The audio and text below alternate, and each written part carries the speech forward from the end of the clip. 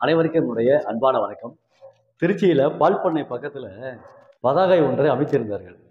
அந்த பதாகையில் அன்பிலாரே வருக வருக அப்படின்னு சொல்லி போட்டிருக்காங்க. அன்பிலாரே வருக வருக அப்படின்னா என்ன பொருள் அப்படின்னா, அன்பு இல்லாதவர் வருக வருக, அன்பு இல்லாதவர் வருக வருக என்றுதான் பொருள் வரும். அன்பு இல்லாதவர் வருக வருக அப்படின்னு பொருள் வரும். அன்பிலாரே வருக வருக என்று அந்த பதாகையில போட்டிருக்கிறாங்க. அன்பு இல்லாதவர் என்ற பொருள் அதில் வரும். அப்ப அன்பு இல்லாதவர் வருக வருக அப்படின்னு வரும்.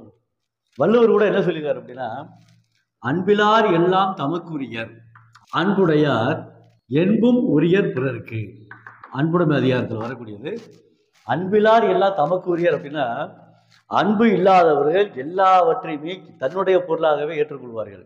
அன்புடையார் என்பும் உரியர் பிறருக்கு அப்படின்னா, என்பு அப்படிங்கிறது எலும்புங்கிற பொருளை குறிக்கும், உடல் என்ற பொருளையும் குறிக்கும். அன்பு உள்ளவர்கள் என்ன செய்வார்கள், தன்னுடைய உடம்பில் இருக்கக்கூடிய உறுப்புகள் அனைத்தும் பிறருக்காகவே என்று நினைக்கக்கூடியவர்கள். அப்ப அந்த வகையில அன்பிலார் என்றால் அன்பு இல்லாதவர் அப்படிங்கிற பொருள் தான் வரணும்.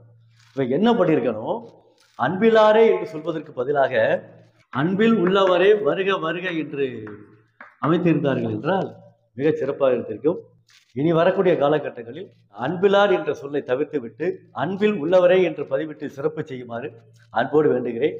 இனி வரக்கூடிய காலகட்டங்களில் இந்த தவறுகள் ஏற்படாமல் பார்த்துக் கொள்ளுமாறு அன்போடு வேண்டுகிறேன்.